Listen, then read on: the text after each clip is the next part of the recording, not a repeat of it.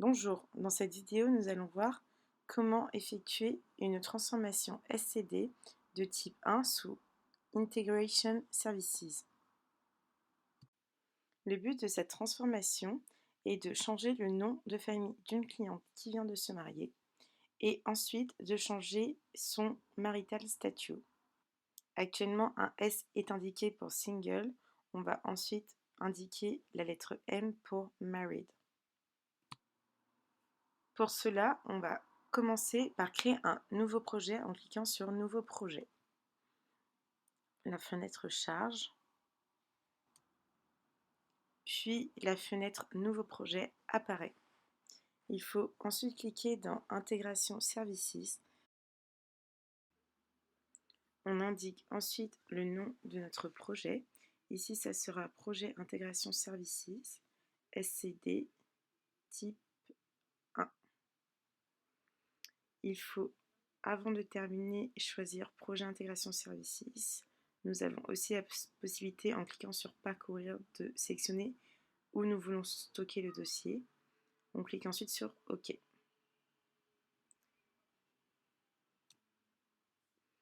On attend alors quelques secondes.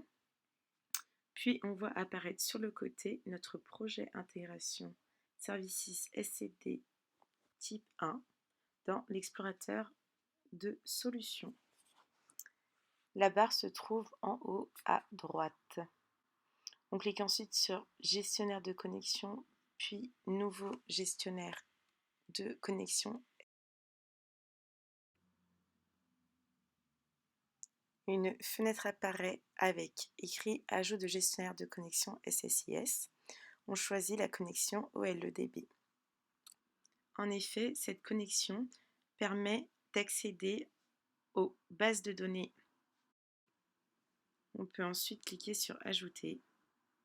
Notre connexion apparaît tout en haut. Il nous reste alors à double-cliquer dessus. On constate immédiatement que notre connexion apparaît dans l'explorateur de solutions. On peut, si on le souhaite, accéder aux propriétés en effectuant un clic droit et en cliquant sur Propriétés. Par exemple, en l'occurrence, on voit le chemin de notre connexion et son nom. On peut maintenant commencer par créer notre jeu de transformation de type 1. Pour cela, on clique sur Tâche de flux de données, puis on le bascule dans notre champ. C'est ici qu'on va pouvoir paramétrer notre package. On se rend ensuite dans l'onglet Flux de données, puis nous allons indiquer notre première source. Ici, il s'agit de notre source SQL Server. C'est donc une base de données. On choisit l'élément source OLEDB, puis on le met dans la partie flux de données. On attend quelques secondes. Notre élément apparaît. Pour paramétrer le composant, on double-clique dessus. On vérifie que la connexion à SQL Server est bien faite. En l'occurrence, c'est le cas. Puis on choisit notre table concernée. Ici, notre table utilisée est la table Person Customer ETL. C'est elle qui contient les données à jour. On clique ensuite sur Colonne, puis on voit chacun des champs de notre base de données. Ici, on peut choisir de ne sélectionner que les champs que nous souhaitons garder ou modifier. On va garder First Name, Last Name, Marital Statut et Person ID. On peut après cela soit valider ou on peut ensuite aller voir de la sortie d'entrée. On voit que nos 4 champs apparaissent bien. On valide ensuite. Le paramétrage de la source est alors terminé. Nous allons ensuite ajouter le composant de dimension à variation lente. C'est lui qui va nous permettre d'effectuer notre transformation. On le bascule alors dans le package. On relie la source à notre composant dimension à variation lente. Puis, on double-clique dessus. Un assistant s'ouvre, on clique sur suivant, puis on peut choisir la table qui va être à modifier. Il s'agit ici de la table d'InPerson Customer. Il va alors falloir définir pour chaque champ s'il s'agit d'un champ clé primaire ou d'un autre champ. Ici, la clé primaire est Person ID. On laisse alors les autres champs avec le paramétrage par défaut. On clique ensuite sur Suivant, puis on définit notre type de transformation. Ici, le champ à modifier sera le Last Name. Ça va être une transformation de type 1, donc nous choisissons le paramètre modification d'attribut.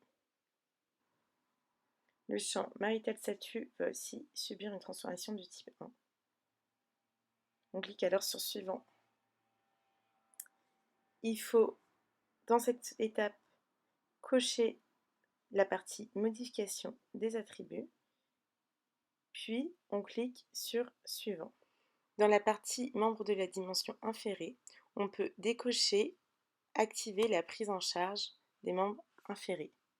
On clique alors sur Suivant et alors sur Terminer pour fermer l'assistant dimension à variation lente. Le modèle se génère alors automatiquement grâce à notre paramétrage précédent.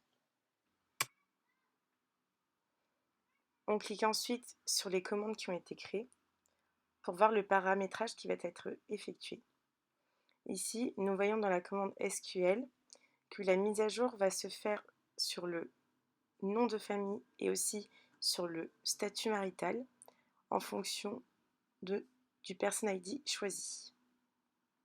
On peut donc ensuite valider, puis on clique sur OK pour revenir à notre package initial.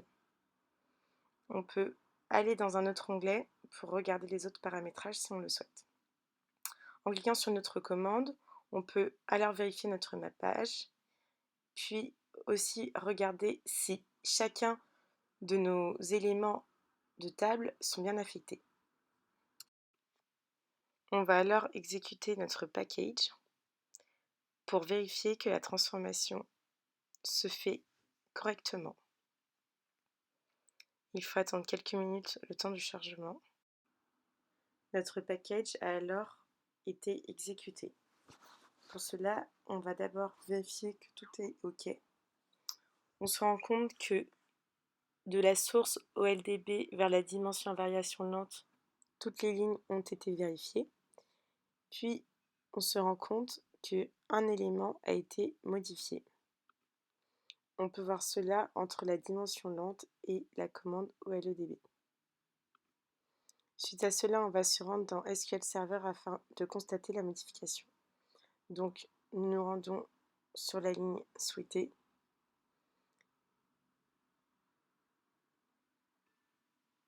L'ancien nom était Roscoe. Il doit être maintenant modifié en Peter. On va donc réactualiser notre requête et nous allons voir si la modification apparaît bien dans la table.